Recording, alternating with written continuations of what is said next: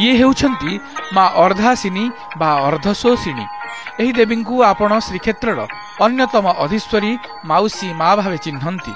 किंतु शास्त्र कुहे प्रलय जल जेतबेले समग्र संसार बुड़ीबा लगे सेतबेले एही माँ अधा प्रलय जल को निज गर्भ को शोषि नियंती, सृष्टि बर्ती जाए।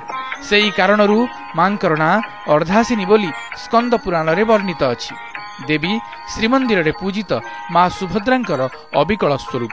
फरक एतिकी माँ सुभद्रा कांपिल्यवासिनी दारु विग्रह होइथिबा बेले माँ अर्धासिनी हेउछंती प्रस्तर विग्रह।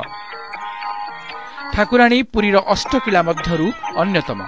मांक देउल बड़दाण्डर ठीक मझिरे माजणा जगह पूर्वरु रास्तार बाम पटे पड़े।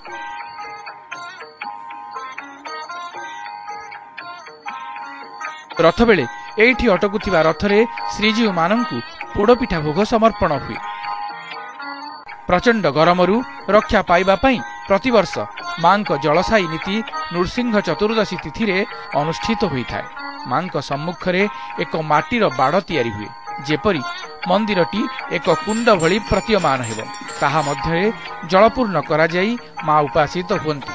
ठीक ठाकुरे चंदन समय जल कुंडरे बुड़ीबा परी आपण देखुछंती सेही अपूर्व सुंदर दृश्य।